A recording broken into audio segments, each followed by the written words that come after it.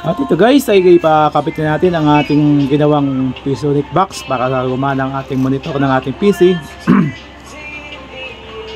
At ang supply nito guys ay kumuha na tayo dun sa para supply din ng ating computer para once na mabuhay ang ating computer, sabay na mabuhay ang ating timer. Ang timer nito guys ay monitor lang ang kanyang kinokontrol, off and on ng ating monitor.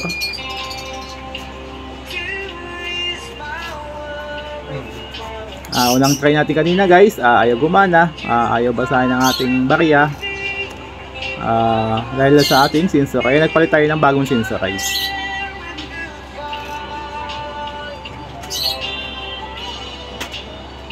Ginawa ko pala ito guys gabi na para hindi masyadong mainit at walang mga bata.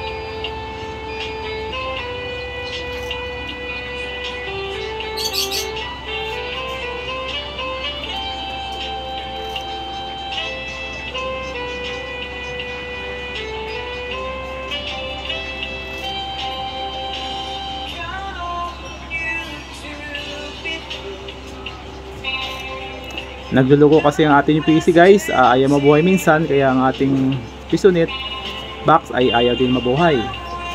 Kaya pinix muna natin ang power button ng ating PC sa mga loose connection. Yan, utin na ito guys. Pag hinulugan ng barya, bubukas ang monitor. At ito ang ating PC guys, ito ang ating PisoNet box. Buhay natin ang ating PC. At the same time, mabubuhay na rin ang ating PisoNet box. Ngayon, nahulugan natin ng barya. Ang display niyan ay naka 00 pa. Pag hinulugan ng barya, magkakaroon yan ng number. Yan guys. Nabasa ating piso na nilagay. Nabuhay ang ating monitor. Once na mag 0 ulit yan, mamatay ulit ang ating monitor. Yan lang guys ang sistema ng isang PisoNet box. Okay guys, thank you for watching po.